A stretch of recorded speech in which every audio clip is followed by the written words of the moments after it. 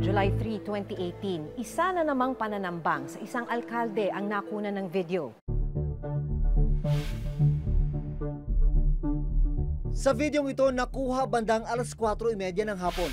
Makikitang palabas na ng gate ng National Irrigation Authority o NIA sa Cabanatuan ang puting SUV na sinasakyan ni Mayor Ferdinand Bote ng General Tino Nueva Ecija. Pero hindi pa man sila nakalalayo.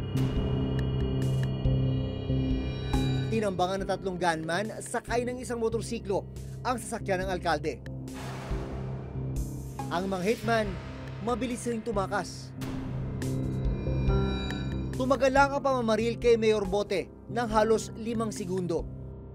Ang tingin ko doon, magaling pumutok. Kasi kung hindi marunong sabog-sabog yan. 2 termino siyang naging vice-alkalde. Hanggang sa maluklok siyang alkalde noong taong 2016. Hindi kasama sa drug list si Mayor Bote, kaya ibang motibo ang sinisilip ng PNP. Yung mga assassins noon na gustong-gusto rin patayin itong siguro particular na mayor na ito, this is the right time to do it. Diba? Para ma-project that it is a state-sponsored killing, ang masisi administrasyon. Kahapon, nadakip ng PNP ang 2 sa mga suspect sa pagpatay kay Mayor Bote.